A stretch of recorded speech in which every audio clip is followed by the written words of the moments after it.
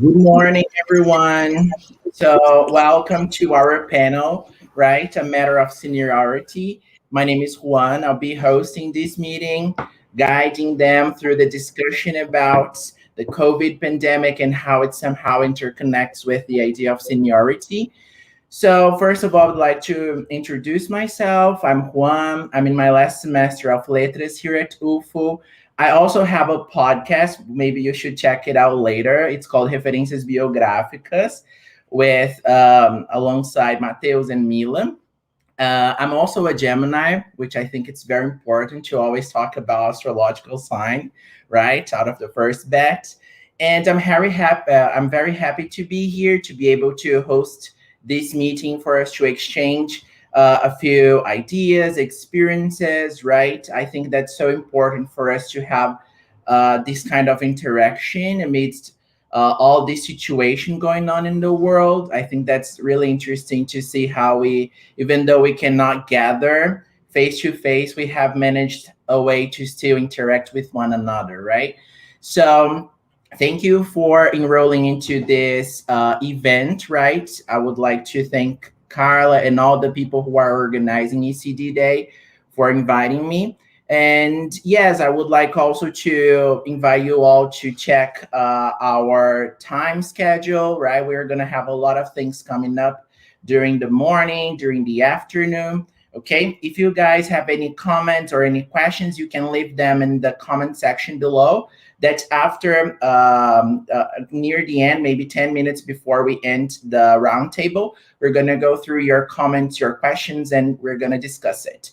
Okay, so first, I would like to ask individually each one of you to introduce yourself. So thank you, Maria Helena, Maria Cristina, Elder, and Marisa for being here today in this Wednesday morning. I know that you probably have a lot of other things to do, but you're here with us, sharing your experiences. So thank you so much. And I would like to start with Elder. So, Elder, could you introduce yourself, talk a little bit about your professional life, your personal life? Okay, so good morning to everyone. You will hear English made in Pernambuco, Brazil, so I have accent probably. I am 65 years old. I studied theology. I worked as a pastor and administrator for 42 years.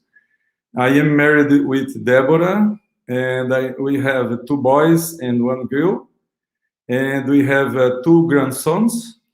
I was born in Recife, is a Brazilian Venice.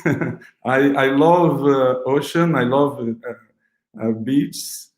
And so after my retirement in the last year, I decided to go out of Brazil with my wife to have a challenge or some entrepreneur.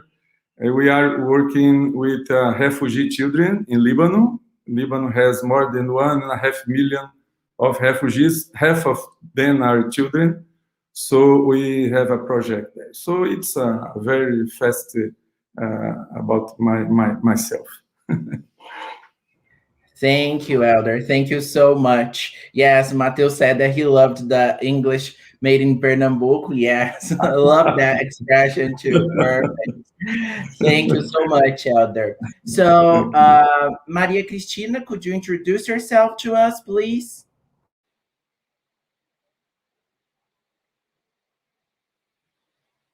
My name, he has already said, Maria Cristina.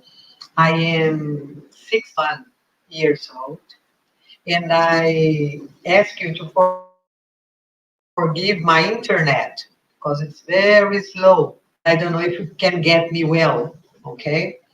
And I have been married for 39 years to Donizete, two children, and Lucas and Gabriel, and we are coming to our sixth grandchild that is to be born in next December. And basically, literally, uh,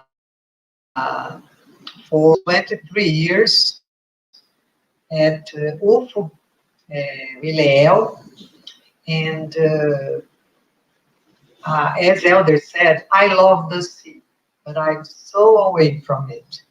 So when I can, I like to go to the beach to see the ocean, to be in contact with that immensity that reminds me of God and His power.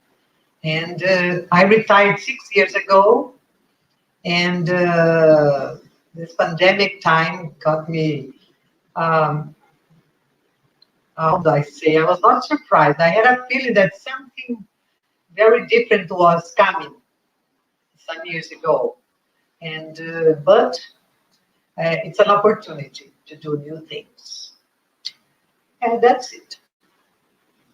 Thank you, Maria Cristina. Yes. Oh my God. I think going to the beach, it's like one of the top things that everyone wants to do when the pandemic's over, right? To go there, to sunbathe That without worrying about other people, to gather swim, around. Yeah. Thank you, Maria Cristina. And gather people, family. yes, congratulations for your grandson that's coming. Okay. Thank you so much. Maria Elena, could you introduce yourself, please? To each one of you. Yes, I will be 70 in November, so I think I am the oldest one in the group. I moved to Berlândia from Belo Horizonte 30 years ago, and I started working at Cultura Inglesa right away. So I worked for 30 years, and I retired last March. So this is my beginning of a new life, a new normal, right, in this pandemic. And I had I had the chance to have these two experiences at the end of my working life. So when the pandemic started, we tried online, working at home, helping students, helping teachers, helping parents from home. And everything was so new, so challenging. And after I retired, I I am home alone. So I lost my husband 5 years ago, unfortunately. And so I am facing this also big challenge to be at home by myself, retired, but I feel comfortable with myself very much. I think because I studied psychology, I learned to be with myself, and this has been very good.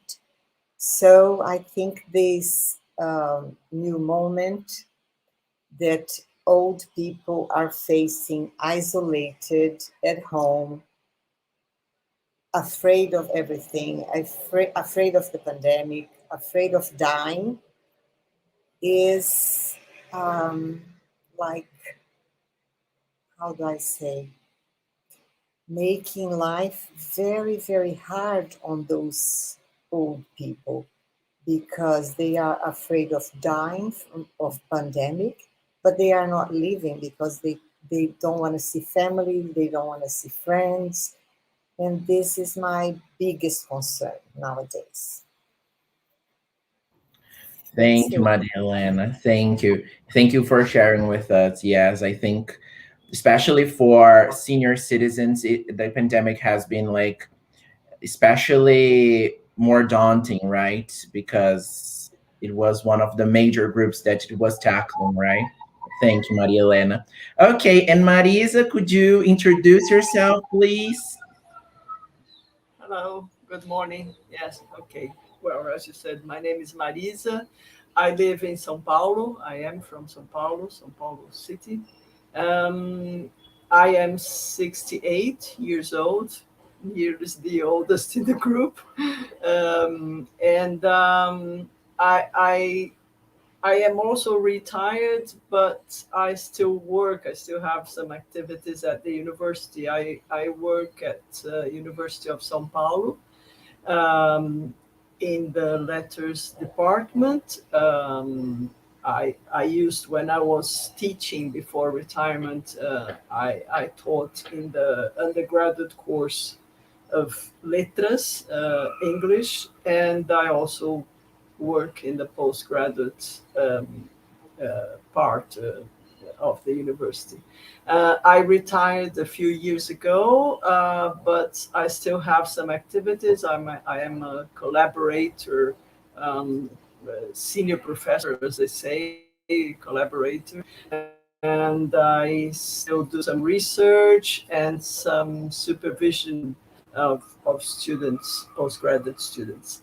Uh, and well, I am I am married. I live with my husband. We don't have children, and we are both at home since the beginning of the pandemic, um, with activities, but facing this hardship that has been this life for all of us.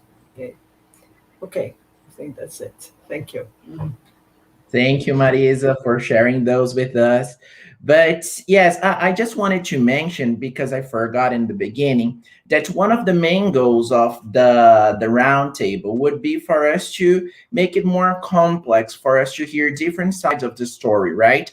Well, our aim here is not to romanticize the pandemic and saying like, oh, we've conquered it all, it's all good now, and I'm so grateful for it, rather. But we also don't want to fall into that category and stay like, oh, the pandemic has ended it all, it ended my life, it was horrible. We would like to show and see and hear some different perspectives on how we somehow coped this far with such a horrible situation, right? So, thinking about that, I would like to put up a question for you. Whoever feels comfortable with it, you can open up your microphone and talk about it. But I would like to ask you this question: if you could choose a word or a sentence that would summarize the COVID 19 experience, which sentence or which word would you choose? So, thinking about the last few months, what words do you think that encapsulates everything that you have been through or that the world has been through, and why?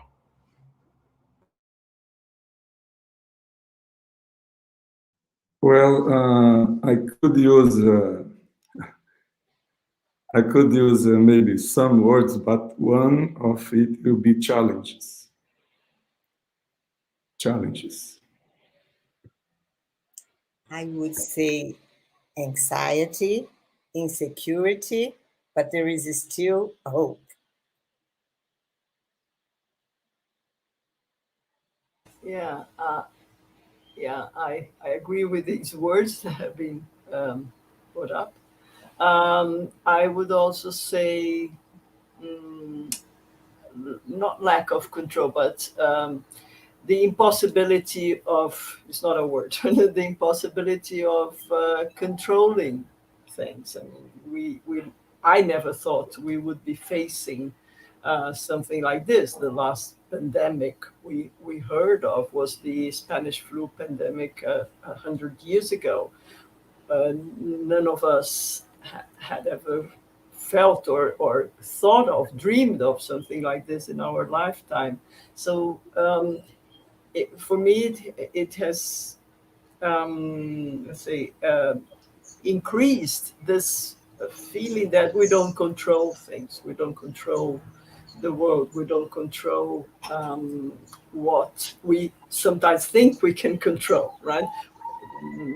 There are hazards, and we have to be able to face them, as we are doing with these big challenge. Okay, sorry to have to for having talked so much. Okay, for me, it's hard to make into a sentence or one word. So came to me now two sentences, two phrases, I would say. One is time for reinvention, and the other one is the realization that we are one in the world. That's it. For sure. I think that they are all interconnected in a way, right? For example, Elder mentioned challenge, and Maria Cristina mentioned reinvention, right? We only reinvent ourselves when we are faced with a challenge, right? So I would like to also ask you, what was your biggest challenge in the past few months? What situation, or what was something that you thought was like, oh my God, I'm not sure if I'm going to go through this, but I was able to. So, what was the most daunting, challenging situation, or something that you really felt anxious about, like Maria Elena said? What was the biggest challenge for you?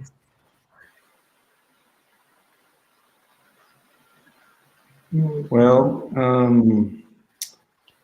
the COVID started in the last 6 months of my regular work. I was going to the retirement. I was in the last 6 months, and I was traveling every week in South America. My work was in 8 countries, so I was traveling, and stopped traveling, staying home. So we need to adapt to staying home.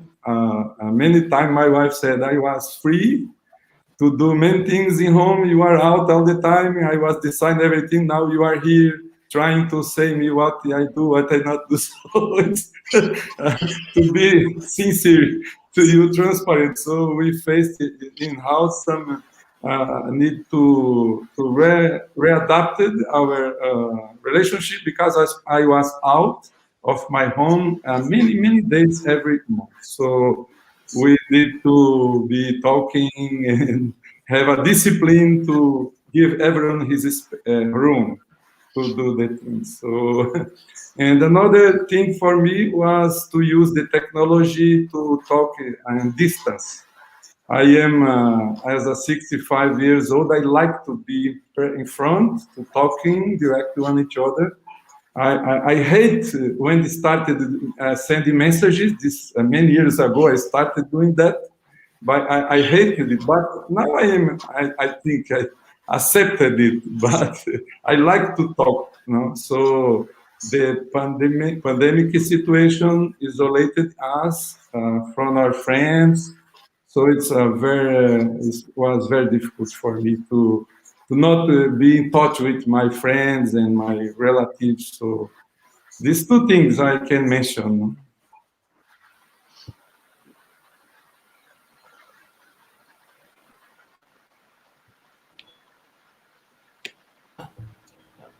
Um, I think, well, there have been two big challenges for me, I think. One is to keep going, keep having uh, a, a, having a life that is not like the life we had before. I'm okay with that. I'm not depressed. I can cope very well. I feel very fortunate because I have everything I need. I didn't lose my job. I'm not short of money. You know, that I'm not experiencing these kinds of things. Fortunately, um, but it is a challenge to um, uh, reinvent a life that we don't know and we didn't know before how it was going to be, and be away from the real contact with people. But the second big challenge for me is something that has nothing to do with the pandemic. We have a case of illness in the family. My brother-in-law uh, fell very ill last year after the pandemic started. Nothing to do with the pandemic. In his, he had to have. My brother-in-law is the husband of my only sister, and since we are a small family, we are very close. My sister has 3 children, and he had to have a transplant this year, a few months ago. So this has been a challenge for me, of course, not such a as as big a challenge as it has been for my sister and their children, but the challenge of supporting the family, of you know, being able to give some support to the family, to my sister, and it's been okay, right? But it is a challenge. Well, for me, as a coordinator at Cultura, I faced something that I can say it was very sad. When the kids stopped going to school and we started having online classes, I felt that they were, besides anxiety because of the COVID and everything, they were quite depressed because they couldn't meet the friends. The families were forced to be together 24 hours. And I think this could be good, but it wasn't easy at all. Yes, parents were working online, students had to have classes online, and they were sad because they missed all those communication personally, eye to eye, and meeting friends. And I think this was the saddest situation that I faced during last year, during the beginning of the pandemic. Okay. And in my case, I agree with most of you. The difficulties we have faced, I also have faced many of them. Fear, but the biggest challenge for me, the hardest part, was uh, to lose the close contact I had with my family. How I miss a hug, a real hug. We are afraid. It's so sad. One of my grandsons, he came to my house one day, and he came to embrace us, to have a hug, as we used it to. And his mother said, Davi! And he was so frightened that he went to the floor, he fell, and it took a time for him to stand up again because it was so new. And this month he's going to be 7 years old. And for me, it was how would I say, the saddest part. Because as Marisa said, this close contact feed, feeds us in our life, in our everyday difficulties, when we have family, when we laugh together, when we fight, everything is important. So it was, and it is still a sad part. But we found, as Elder said, I had some difficulties with technology, internet. I had to adapt myself even when I was teaching because my students were ahead of me years and years. And I had to cope with that. But now I thank technology. I thank the internet. Although it's very bad in Brazil, it's different from other countries. But it was an opportunity in these group meetings that is possible, WhatsApp.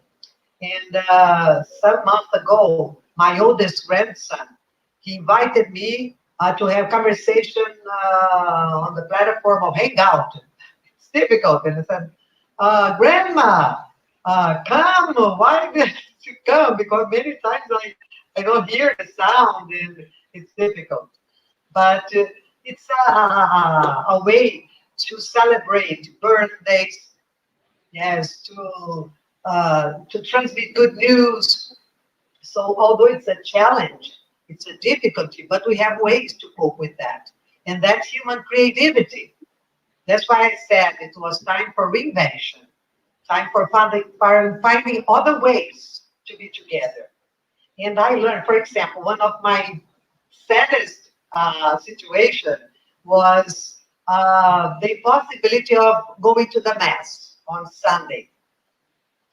And what I discovered, that I could attend the Mass on TV, and now the church was my own house.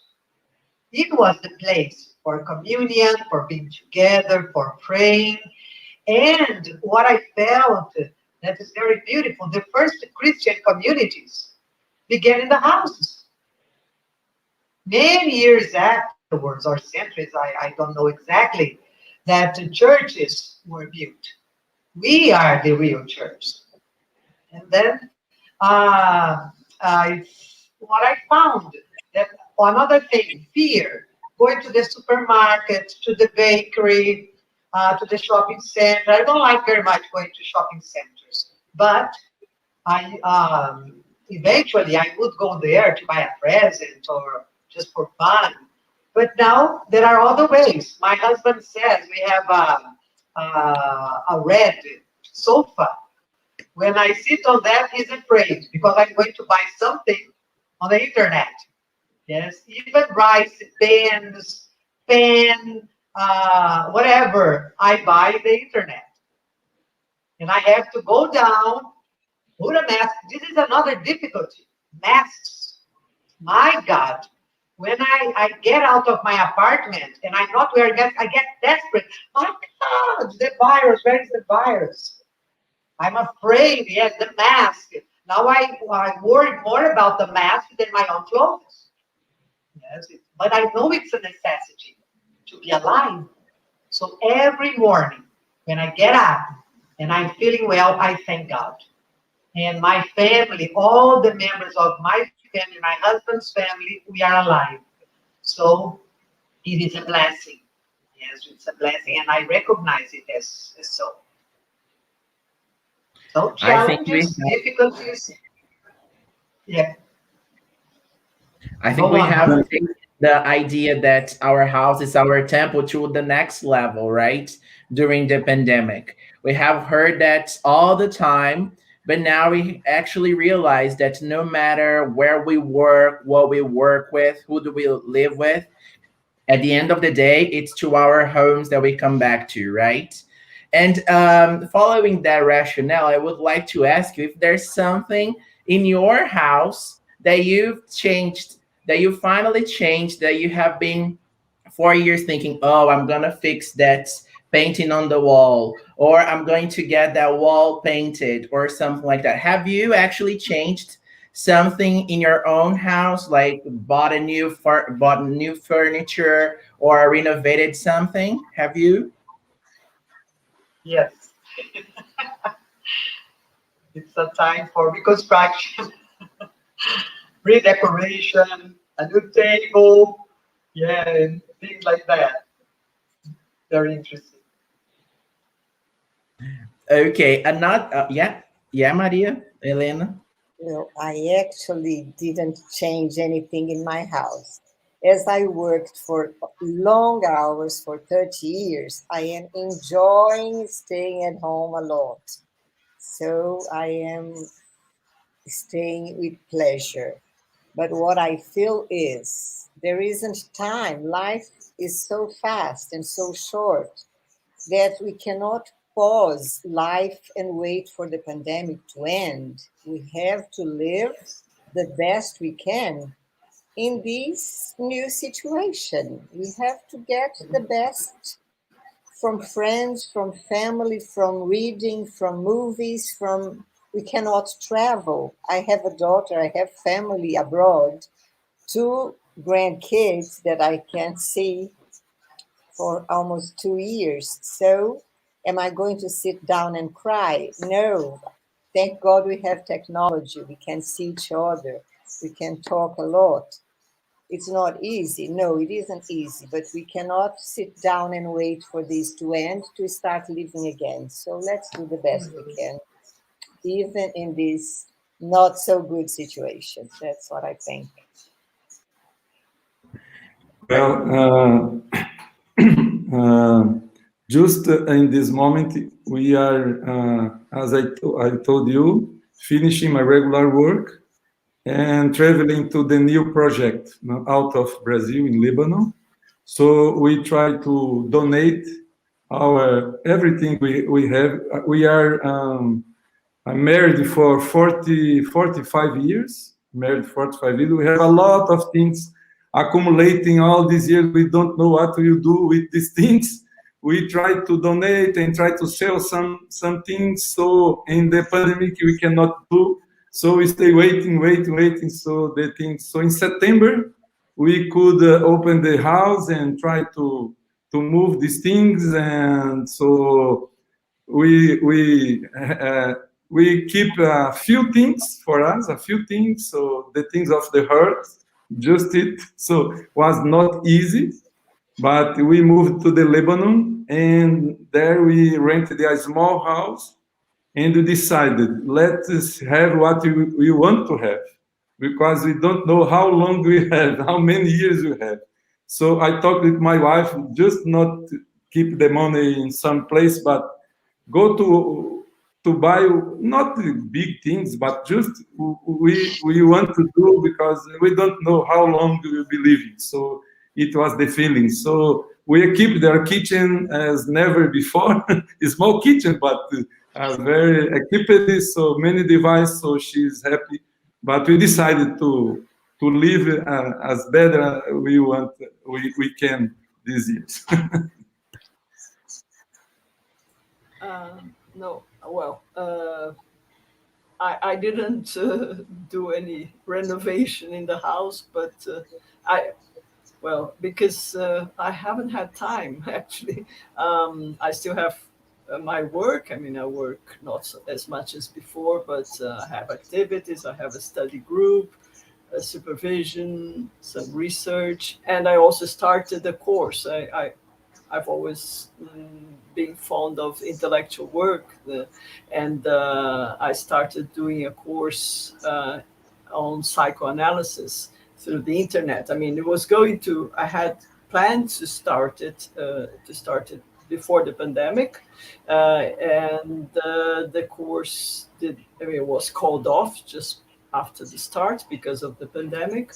And eventually they organized themselves, the institute organized itself to offer the same course through the internet online. And it started last August, last year, a year ago.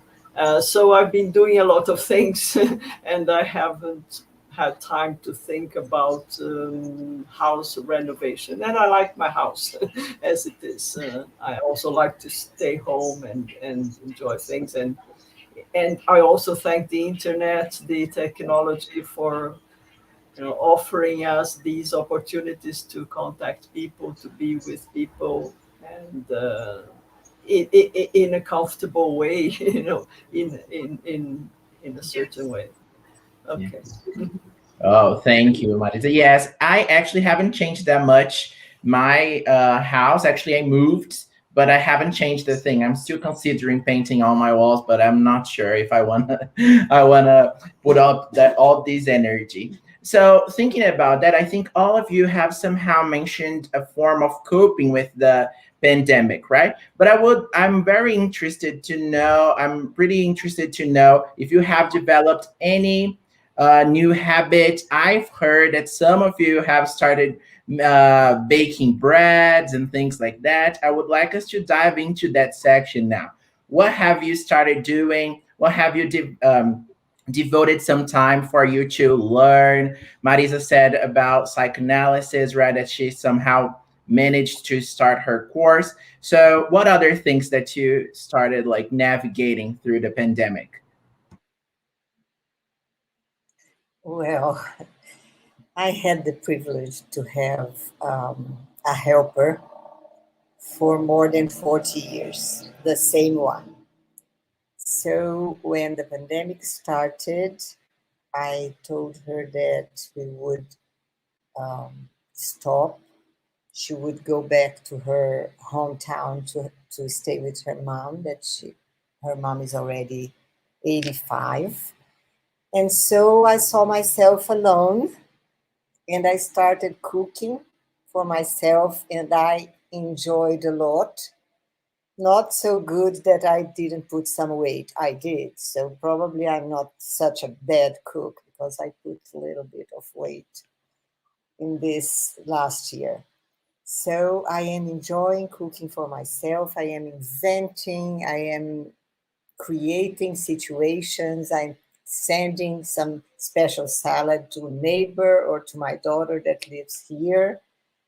And so something that I never thought I would do because my husband used to cook really, really well. So I never tried this area because I was always so busy and working many hours. So I'm so glad that I found pleasure in this.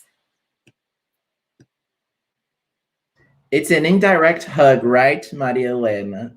Maria Cristina was mentioning that she misses being hugged, but I think whenever we receive or our doorbell rings and we go and get a pão de queijo from a neighbor, we feel hugged inside in such a way, right? Yes, At exactly. least here in Uberlândia, I don't know about you all from the other states, but in here, I feel extremely part of the society, belonging. But yeah, what about you all? What about other hobbies? Uh, well, I've always enjoyed cooking, and so I could, have continued cooking at home. Unfortunately, we haven't been able to invite people, to invite friends, family to our home for dinners, for lunches, which is something I used to like. But once in a while, when I have time, and I cook something that um, that I can send to my niece, for instance, who lives nearby. So, and this is something that I enjoy doing as well. Um, and I started baking bread, something that I never thought I would be able to do. And it was, just an opportunity. I had never thought about that, but at the beginning of the pandemic, like many people who started making different things in bread, my niece gave me a bit of starter, the natural yeast, because she had also started baking bread. And I said, okay, I'm going to give a try. And I sometimes do it. It's not actually a hobby, but it's something I enjoy doing. And I started watching videos, on YouTube, uh, people teaching us how to make bread, etc. So it's something nice to do as well once in a while. Well, I never learned how to cook. And I don't know how to cook. And in this pandemic time, I started trying to learn something. And for the first time, I did beans. My wife behind me helping me. I cooked beans and rice for the first time in my life. So it's something new for me, but very, very nice to do it. And I tried to develop my English because I was moving to another country. Now in Lebanon, the people speaks Arabic and French and English. I don't know French, but I know some English, so I try to improve my English in this time. And in Lebanon, I am very busy with my project, working and making contacts. But I started learning some words in Arabic, so it's not easy. But I started studying this new language.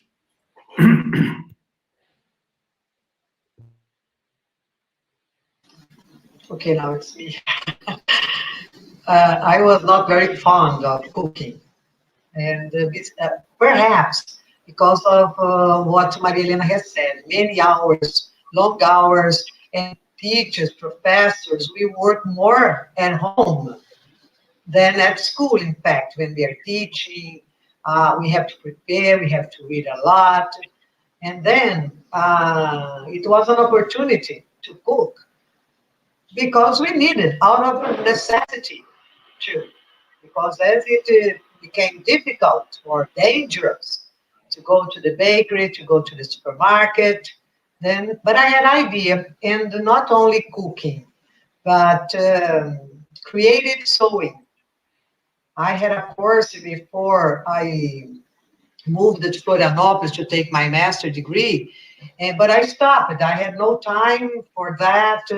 And then there was a grandson coming, and I had the idea, and I was treating a depression too, and it was an idea for me to deal with creative things, to feel that I was able to do things and feel happy about them. And I loved, and I did not stop.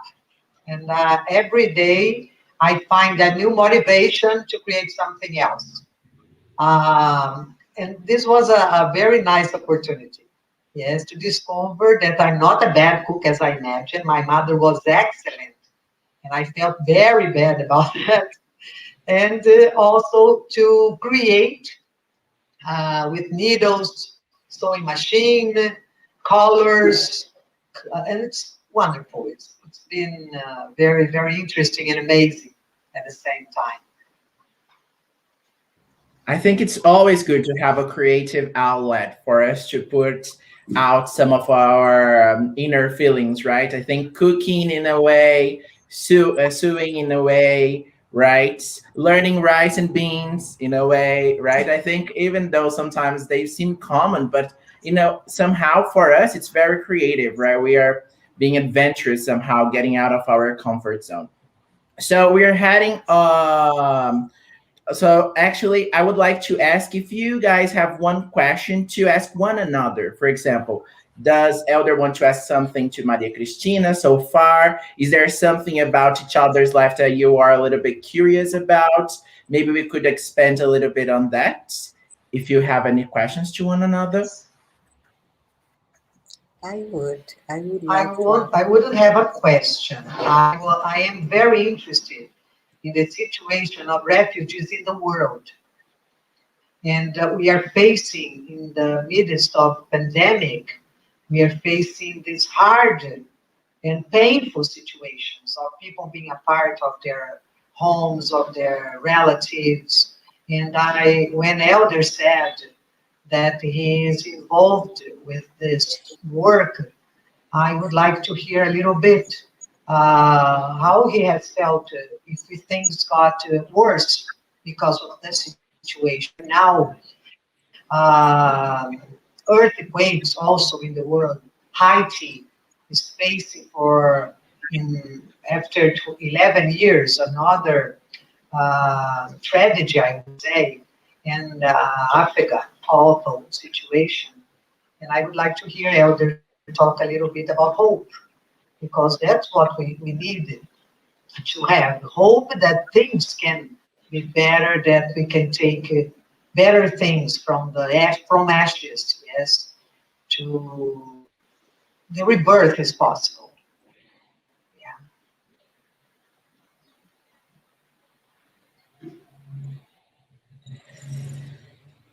Elder, we can't hear you. Yes. Okay, maybe you can repeat a little because some noise was occurring in the house just when you are talking. So please repeat a little about the question, please. I'd like to hear a little bit about your experience with the refugees in Lebanon. Okay. Because it's a situation we're facing in many parts of the world. There are refugees being refused home, exile, and so difficult. Okay. So, these people has face many challenges. So the first one is the psychological challenges because they come from an environment very dangerous.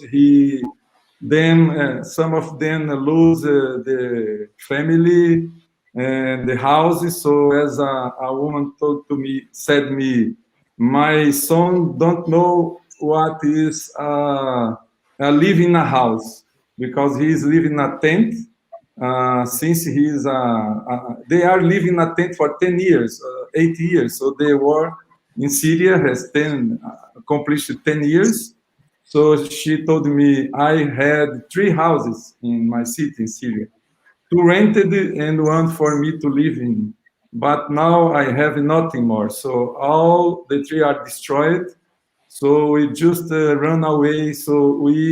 But she told me we are doing the best to invest in our children so they can have a better future.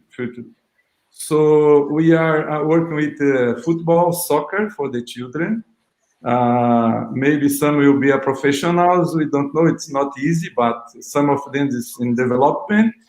Maybe they became a professionals. We are teaching English to give him then another language so they can have more opportunities. And we are starting now a technology. We are making a partnership with some companies in Brazil. These people can work from distance when they learn something about technology. So these people are very, how can I say, because they face many difficulties. They are out of their country. They are not as citizens in the country. So the country is, Lebanon is a very nice country. They are doing the best they can do. But the quantity of refugees is very big for them. So 2,500 of the population is refugee. You can imagine if you have 50 million of refugees in Brazil. So it changes. So they don't have a school for all, they don't have jobs for all. And they want these people go back to their home, the country, because it's very hard. So the people feel not comfortable. So, but they are. How can I say? The children are happy. The children smiles. The children play among these things. The adults are a little different, but they are resilient. They are resilient. So they love us because we are doing something for them. They love this.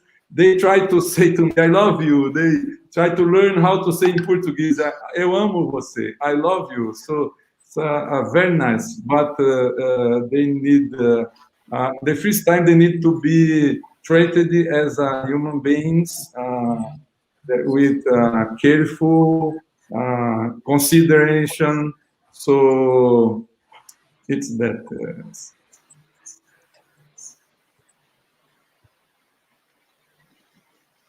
Would anyone would like to ask a question directly to Elder? A follow-up question, maybe? All right. I'd like just to say something, can I? Yeah, sure. And this morning, perhaps because I went to bed thinking about this round table, but I woke up with a song in my mind, in my head. It did not stop. And then I went to see the lyrics again. And I felt so moved, more than at the time. It was USA for Africa. And after 25 years, they had the same movement and song and clip for, they say, 25 for Haiti. And now we are living the pandemic, and I even selected some parts that for me translate what we are having to realize, that there's a time when we hear a certain call, when the world must come together as one. And this, as never before, I think, the world had this idea that we are one.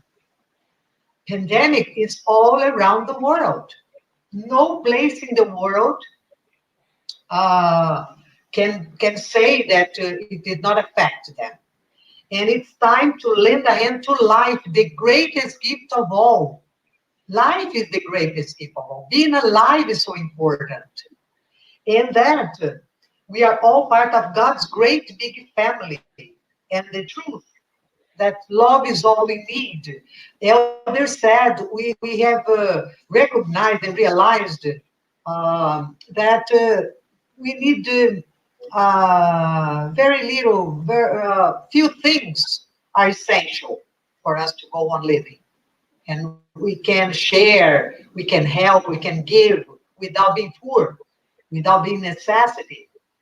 So that's what I would like to share with you. That a song in my mind, and I even put it on my cell phone to listen to it and to pay attention. Why did I wake up with that in my mind, in my head, just spinning?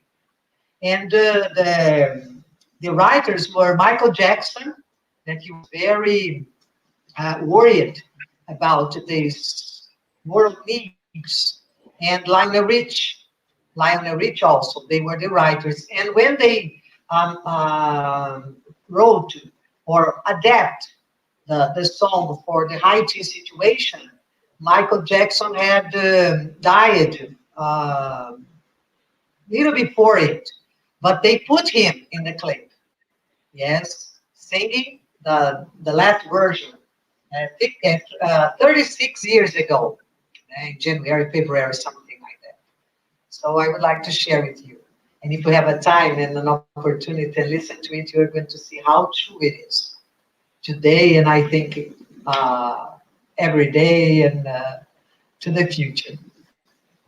Thank you so much. But yes, I totally agree with that. I think that it's so symbolic somehow that, of course, I'm not trying to say that it was a good thing, but it's interesting to see that we are going towards a direction that we think that individuality is the best thing ever, right? Oh, you can do everything on your own, you can be the owner of your own destiny and everything. But at the same time, we're seeing that the only way out is through communication, is through community, right? So it's not a matter, okay, I've taken the vaccine and everything is fine now. We've seen that we, all of us, we need to take the vaccine. It's not about you anymore. It's not about you wearing the mask, but because if you wear the mask and the other person doesn't wear the mask, it doesn't work, right? So I think that's so interesting to see that in a time that we are even more at home doing everything by ourselves, something shows up and show us that of course we need to have our space, but we should never forget that we are part of a community, right, in a way. So it's really interesting. Maria Elena, I think you would have a question. Do you like to ask it? It's not really a question. I would say to Elder my admiration for this great and noble humanistic decision that you took to go abroad, to work, to help those unfortunate, right? So for us, for I'm talking about myself, I am in my comfort zone. I do little things, voluntary work, but they are so small if I compare with your noble decision to go abroad and work for this, mostly for these children to have a chance in life. Congratulations, very noble. Thank you. Thank you. Thank you. And now we're heading towards the end. Sorry, Marisa, do you want to comment something? Uh, Okay. yeah, no, I also wanted to congratulate Elder on his work. Very challenging and very important. And agree with Maria Cristina that we don't need much in life. But we need to be, as you said, one. We need community. We need this um, these opportunities to do things collectively, and this is what is important. And people need dignity, yes, and refugees and a lot of people don't have this, don't receive this condition of dignity. Sure.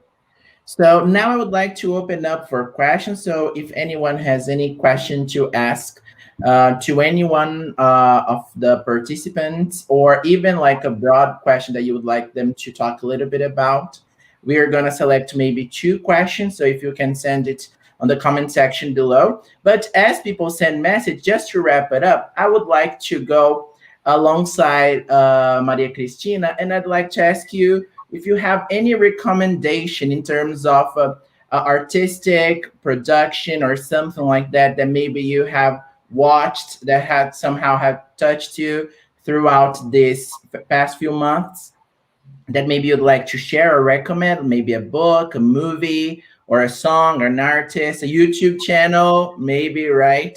That everyone here has seen somehow. So if you would like to recommend briefly one book or something like that.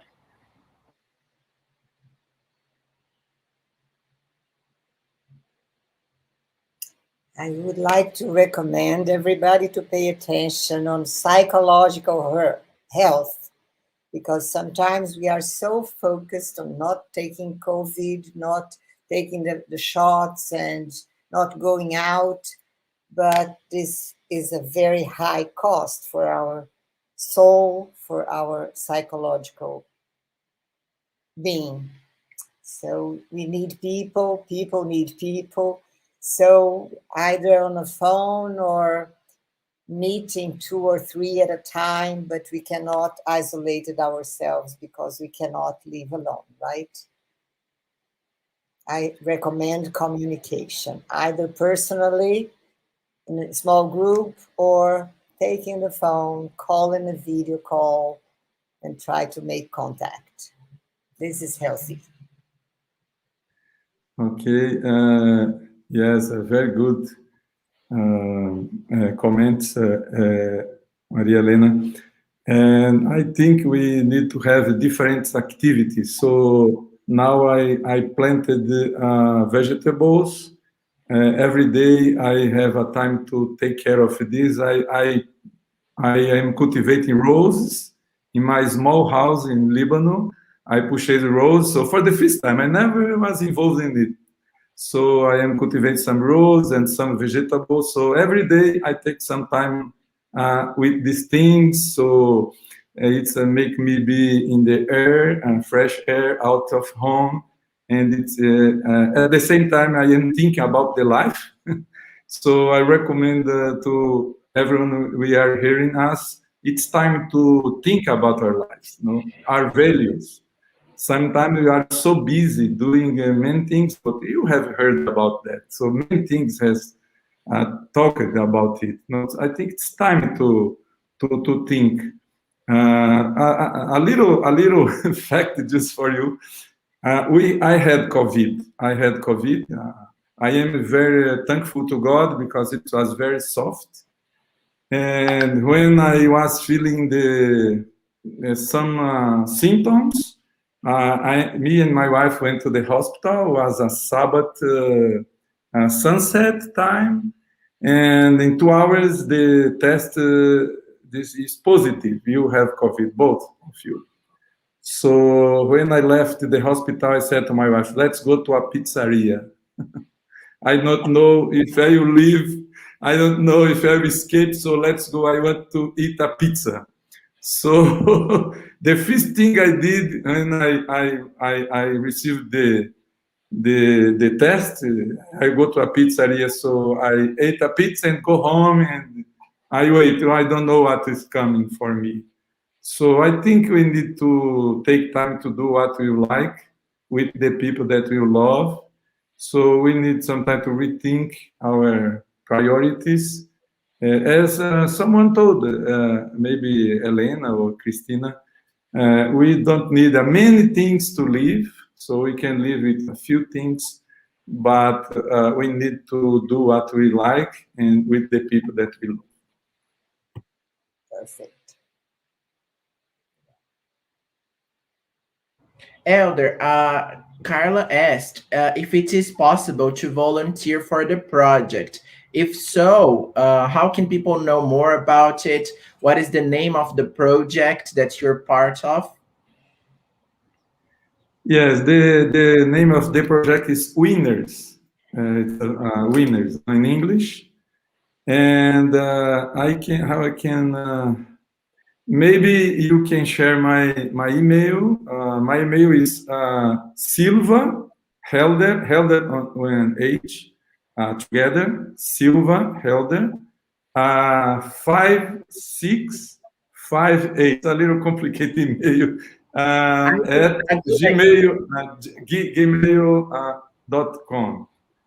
So Silva Helder. Oh yes, just This that. one, right? Thank you. Thank you. So you We can can also contact post on me. our Instagram, Elder. We can also post on our Instagram for all the one who are Okay. interested about it, and they can search more information about it. But here's Yes. his email. Yes. Okay. So you can help as an English teacher. We need English teachers. So people, the technology, we are starting a technology center.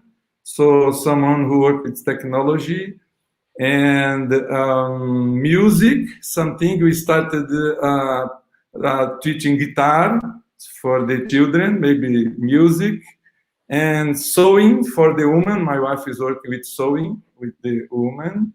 So someone that has some ability in some of these, and you can go, but it depends the time you have. No, if you go to a short trip or a long trip, a sabbatic year maybe.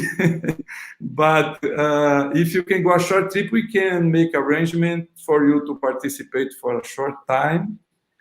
And so if you want to go, but if you are as my some relative that said, I cannot go, I'm afraid to go, but I can send some money to you to face the thing. So if you can donate something, we have a NGO in Brazil, and maybe you can send you the account of the NGO.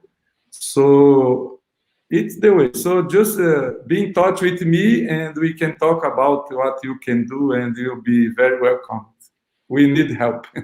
We need help. Thank you, Elder. Thank you. We're gonna put all the information about it, so how you can get in touch with Elder or any of our participants if you want. Just send us a message, but we're gonna put it up on our Instagram account. Okay.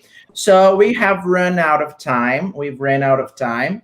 I would like to thank you all for participating, for making this time available to share your experiences, your thoughts. I'm very glad to be chosen to host this roundtable. I really liked having this conversation with you. I would also like to remind our participants, our viewers, that you should, here in the comment section below, the info section, you have a link that you should sign your attendance list, the attendance list, okay? So thank you all for participating, for sharing, for asking questions. And don't miss our next roundtable right now. That's going to be happening. I'm just going to check the name. The name is lockdown parenting, how to manage it. Okay, so there's going to be a roundtable about parenting, which kind of talks to what Maria Elena was talking about, the kids and how to parent throughout this hard time. Okay, thank you so much, everyone. Bye bye. Bye bye. Thank Thank you. you. Bye bye. Bye Thank bye. you for the opportunity. Bye bye. Yes. Bye bye.